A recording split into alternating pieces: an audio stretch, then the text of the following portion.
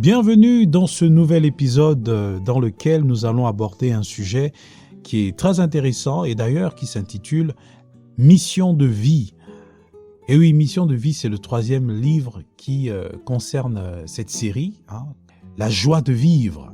Oui, c'est un concept, c'est une pensée, c'est un idéal, c'est aussi un état d'esprit, c'est un message que Dieu veut donner à toutes les personnes qui l'ont reçu, mais aussi à toutes celles et ceux qui n'ont pas encore rencontré le Seigneur et qui sont dans certainement une saison de questionnement, qui se posent des questions sur leur vie, sur leur raison d'être, sur leur salut, etc.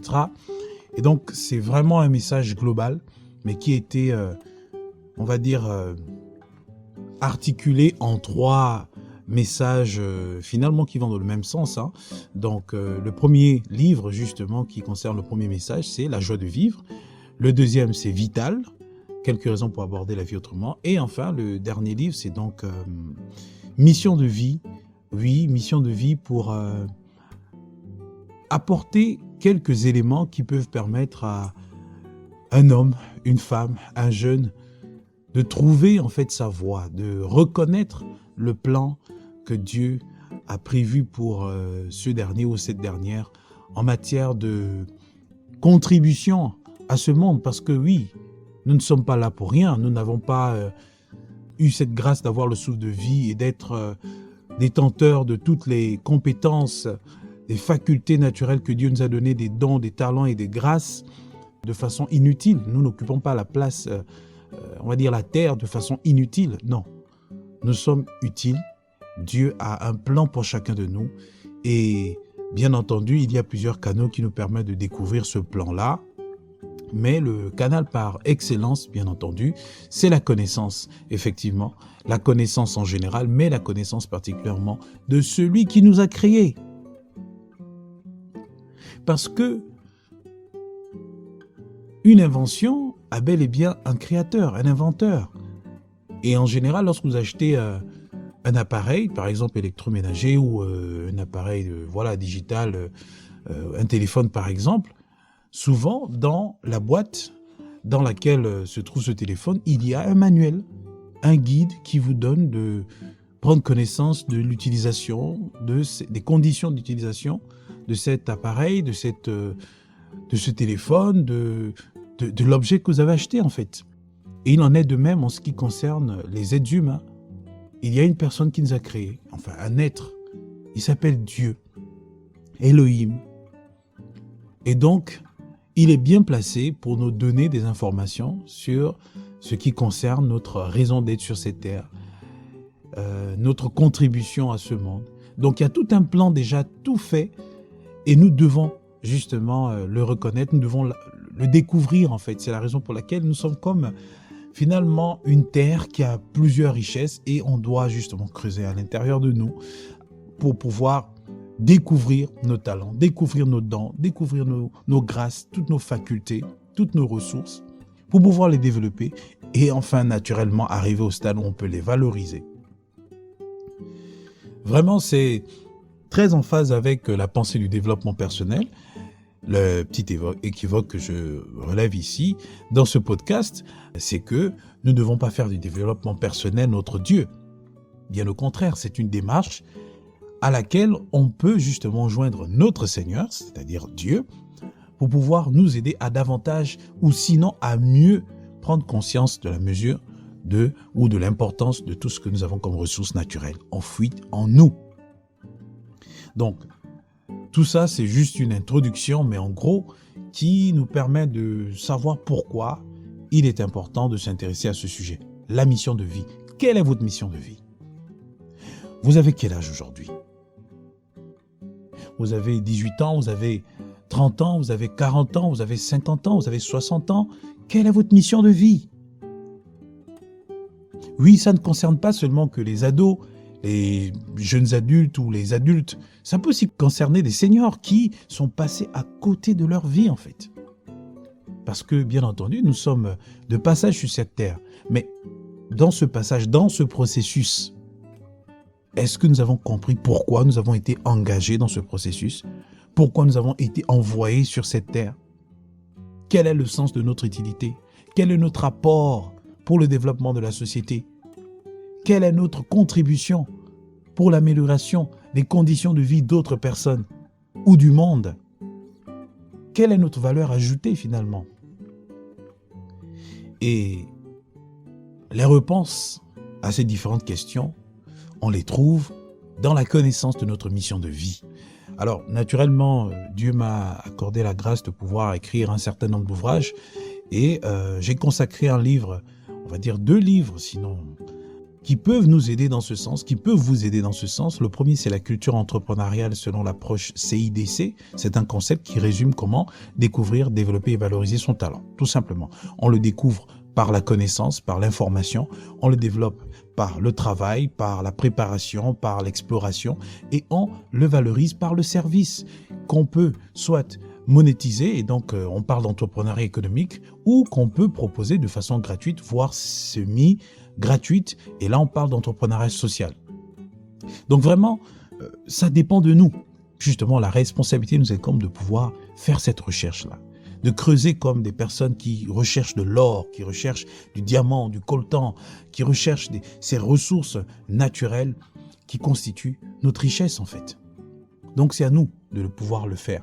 Bien entendu, l'État met en place un certain nombre de structures, d'accord, dédiées à ce genre de travail, c'est-à-dire aider les citoyens, donc les élèves particulièrement, parce qu'on parle des structures d'apprentissage, donc des établissements scolaires, pour pouvoir découvrir en fait finalement leurs compétences. Et c'est en cela que justement ces derniers pourront être à même d'apporter une plus-value dans la société. Mais en général, et surtout dans le contexte actuel de la mondialisation, de la digitalisation, où l'information est aujourd'hui accessible comme l'air en fait. On a la possibilité nous-mêmes de faire des recherches pour notre propre développement personnel. Pourquoi s'auto-censurer à l'idée de le faire? Pourquoi se restreindre en fait les champs de possibilités qui nous sont offertes aujourd'hui en fait? Pourquoi le faire? Et encore plus, comment ne pas venir aussi vers notre Créateur pour dire « Seigneur, quel est ton plan pour moi? Quels sont les projets de bonheur et de paix que tu as pour moi ?» Et quand je parle de bonheur, de paix, ce n'est pas ces projets-là où nous sommes, enfin du moins cette vie où on est assis et puis tout se fait et puis on est juste en train de jouir de tout ce qui se fait. Non, Dieu dit « l'homme mangera la sueur de son front ». Et la sueur, c'est l'image de la transpiration, de l'effort. Et avant de sucer le miel, il faut affronter les abeilles. On doit pouvoir payer le prix avant de pouvoir être en situation de célébration. Donc en gros, tout ça nous renvoie toujours à un travail, une responsabilité, à cet effort que nous devons commettre pour pouvoir entrer en possession des ressources naturelles enfuies en nous et naturellement arriver à pouvoir les valoriser. Donc vous voyez une fois de plus, ça me renvoie vraiment dans ce livre, la culture entrepreneuriale selon l'approche CIDC, mais aussi le livre, l'emblématique livre justement de, j'ai envie de dire, de ma bibliographie, exprime ta passion et suscite des vocations. Et vous pouvez l'entendre par le son de ma voix qu'il y a une passion qui m'anime à pouvoir justement à vous aborder sur ce sujet. Aborder ce sujet tout simplement parce que j'ai encore cette passion-là qui m'anime. La passion de parler de l'entrepreneuriat social, de l'engagement civique, de la création de contenu, de la vie associative, mais aussi de l'enseignement, la pédagogie, le fait de communiquer ce que je connais, de ce dans quoi j'ai une expérience. C'est la raison pour laquelle je peux humblement et modestement m'autoriser à aborder ce sujet. Découvrir sa mission de vie. Revenir sur l'importance de la connaissance de ce pourquoi nous sommes sur cette terre. Oui, c'est très important. Vous savez, il y a 3 grands âges. Il y a l'âge de l'enfance, il y a l'âge de l'adolescence et de jeune adulte. Il y a l'âge adulte et il y a l'âge, on va dire, senior. On va dire les seniors et adultes, on va mettre ça ensemble. Et comme je le disais tantôt dans l'un des épisodes que j'ai abordé dans ce podcast, l'âge d'enfance, c'est l'âge où on reçoit des repères, des informations qui nous permettent de nous repérer. On se repère, on cherche des modèles. L'âge d'adolescence et de jeune adulte, c'est l'âge où on essaie d'explorer notre personnalité, on essaie de se faire de petites expériences pour tâter le terrain en fonction de ce à quoi on est exposé comme information, comme instruction, comme inspiration. Et après, on arrive à l'âge d'adulte et même l'âge senior. Ici, c'est l'âge de l'engagement. Senior, on va beaucoup plus parler maintenant de l'héritage, on lègue l'héritage, mais l'âge adulte, c'est l'engagement. À ce stade, on ne doit pas se louper. On doit pouvoir savoir exactement ce que l'on veut, ce que l'on doit faire, ce pourquoi nous sommes sur cette terre. Et malheureusement, le grand constat, c'est qu'il y a des personnes seniors qui, malheureusement, se trouvent en situation de forger encore leur personnalité. Parfois, on a des personnes adultes qui se trouvent encore à la phase où elles ont besoin d'avoir des repères. Parfois, on a des personnes ados et jeunes adultes qui se retrouvent où elles sont perdues. Même les repères, elles n'en ont pas. Vous voyez un peu l'image que je vais essayer de faire ressortir, c'est le fait de ne pas se retrouver, de ne plus se retrouver et d'être dans une situation de confusion au sujet de sa raison d'être sur cette terre. Et ça, c'est chaotique, c'est dramatique. Lorsque je le dis, bien entendu, je le dis avec le sens d'interpellation, mais vraiment de façon modeste et humble parce que, bien entendu, le but, c'est de pouvoir éveiller en nous cette sensibilité-là. Parce que nous sommes saturés de voix, de paroles, d'images, d'informations qui nous distraient beaucoup plus que, justement, ne nous donnent de prendre conscience de notre utilité sur cette terre. D'où l'importance, l'urgence, la vitalité de revenir sur ce sujet. Quelle est notre mission de vie? Pourquoi sommes-nous ici sur cette terre? C'est important de se poser ce genre de questions. Eh bien, il y a des réponses. Il y a des indicateurs qui peuvent nous aider à comprendre pourquoi nous sommes sur cette terre. Il y a des dons, des talents, des capacités, des facultés instinctives qui nous amènent toujours à prendre des initiatives dans un certain sens, qui nous amènent à être beaucoup plus compétents, excellents dans certaines matières à l'école, à l'université ou peut-être même dans notre lieu de travail, qui peuvent nous donner de comprendre pourquoi nous sommes utiles dans ce monde. Il y a une dose de passion qui nous anime lorsqu'on parle d'un sujet particulier. Lorsque l'on se met à prendre des initiatives dans un certain sens, on sent que nous sommes comme un poisson dans de l'eau ou comme un oiseau qui est en train de voler, tout simplement en air. Tout ça nous donne de comprendre ce pourquoi nous avons été envoyés sur cette terre, mais encore mieux, lorsqu'on se tourne vers le Seigneur. Et c'est la raison pour laquelle je vais lire un passage pour nous encourager, pour que cela ne soit pas juste une simple parole de développement personnel. On va lire le livre de Luc, au chapitre 4. À partir du verset 14, la Bible dit ceci. Jésus, revêtu de la puissance de l'Esprit, retourna en Galilée et sa renommée se répandit dans tout le pays alentour. Il enseignait dans les synagogues et il était glorifié par tous. Il se rendit à Nazareth où il avait été élevé et selon sa coutume, il entra dans la synagogue le jour du sabbat et il se leva pour faire la lecture.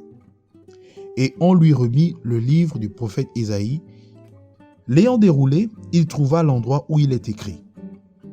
L'Esprit du Seigneur est sur moi, parce qu'il m'a oint pour annoncer une bonne nouvelle aux pauvres. Il m'a envoyé pour guérir ceux qui ont le cœur brisé, pour proclamer aux captifs la délivrance et aux aveugles le recouvrement de la vue, pour envoyer libres les opprimés, pour publier une année de grâce du Seigneur. Ensuite, il roula le livre, le remit aux serviteurs et s'assit. Tous ceux qui se trouvaient dans la synagogue avaient les regards fixés sur lui. Alors il commença à leur dire, « Aujourd'hui, cette parole de l'Écriture que vous venez d'entendre est accomplie. » Amen. Cette parole est accomplie. Laquelle? La parole qui concerne sa mission de vie. Il dit, l'Esprit du Seigneur est sur moi parce qu'il m'a oint, il m'a équipé, il m'a rendu capable par des facultés naturelles, des compétences, des facultés instinctives, des talents, des dons, des ressources en moi pour pouvoir faire quoi? Annoncer la bonne nouvelle aux pauvres, bien sûr, enrichir les pauvres par ce que j'ai à disposition, Et il m'a envoyé pour guérir ceux qui ont le cœur brisé, effectivement, apporter la guérison et la restauration des âmes brisées, pour proclamer aux captifs la délivrance, effectivement, pour apporter la liberté. Nous parlons de bonheur, le fait d'être libre, libre de penser, libre de s'exprimer, libre de se comporter, libre d'agir dans le strict respect de l'honnêteté, la dignité, la justice, selon les valeurs de Dieu. Et pour envoyer libre les opprimés et publier une année de grâce, oui, des paroles de vie, des paroles de sagesse, des paroles qui donnent de la vie. C'était l'ensemble là des tâches ou des missions qui étaient liées à la mission de vie de Jésus, à son appel. Et là, il annonçait publiquement ce pourquoi il était venu sur cette terre. Et la question aujourd'hui nous est posée. Lorsque vous ouvrez le livre que Dieu a mis à votre disposition, je ne sais pas, un livre spirituel, qu'est-ce que vous voyez inscrit là-dedans? Est-ce que vous pouvez dire, l'Esprit du Seigneur est sur moi, il m'a oint pour faire ceci, faire cela? Il m'a rendu capable de pouvoir exercer telle activité, de pouvoir mettre en œuvre tel programme d'activité, tel projet, de pouvoir mettre en œuvre tel ministère, telle mission, telle entreprise, telle association, telle ONG, telle fondation. Que votre lumière luise parmi les hommes et qu'ils voient vos bonnes œuvres, afin qu'ils glorifient votre Père qui est dans les cieux. Dieu nous a créés pour pouvoir mettre en œuvre des œuvres. Bien entendu, le but ultime, c'est de pouvoir rendre gloire à Dieu. C'est pour qu'à travers ces œuvres, Jésus soit vu. Que vous soyez ces lettres vivantes à travers lesquelles on voit Dieu. Notre Créateur, Dieu qui a créé le ciel et la terre, est l'auteur de votre mission de vie. C'est ce que nous devons retenir. C'est l'auteur de nos missions de vie. C'est ce que nous devons retenir. Et nous devons l'interroger pour savoir ce qui est inscrit dans le manuel. Lorsqu'on ouvre ce manuel, qu'est-ce qu'on voit? C'est la question que nous devons nous poser pour véritablement rattraper le temps, pour être dans le temps et la saison dans laquelle nous sommes censés être, pour être productifs, pour être utiles dans notre société. Ce ne sont pas des paroles de développement personnel, c'est la vérité. C'est sérieux ce que je suis en train de dire. Je parle sous l'autorité d'une personne qui est pleinement dans sa mission de vie. Et donc je dispose de cette légitimité pour vous encourager, pour vous dire que oui, vous avez la possibilité d'entrer dans votre mission de vie. Et vous pouvez encore faire mieux dans ce processus. Interrogez Dieu pour savoir ce pourquoi il vous a envoyé sur cette terre. C'est la meilleure des choses à faire. Mais ne vous arrêtez pas là. Cultivez-vous. Lisez des livres, écoutez des podcasts, engagez-vous dans des conversations, explorez de nouveaux horizons, rencontrez des personnes de différentes cultures, voyagez, allez à la rencontre d'autres personnes, d'autres activités qui vont vous permettre de gagner de nouvelles perspectives de vie, de nouvelles façons d'aborder la vie. Cela va véritablement favoriser la découverte, le développement et la valorisation de votre talent. De vos talents, que dis-je? Ouh là là. Je pense que je dois m'arrêter là parce que j'ai l'impression que je suis dans le podcast. J'ai un podcast là où je parle de tout ce qui est passion, entrepreneuriat, engagement civique. Mais bon, dans tous les cas, je pense que vous avez compris l'essentiel de ce que Dieu m'a communiqué comme pensée dans ce podcast qui concerne la mission de vie. Ce pourquoi vous avez été envoyé sur cette terre. Vous êtes utile. Vous avez de l'importance. Vous avez de la valeur aux yeux de Dieu. Laissez-vous conduire par lui pour être un instrument qui servira à sa gloire. Que Dieu vous bénisse et que Dieu vous permette d'entrer finalement dans votre mission de vie. Au nom de Jésus. Amen.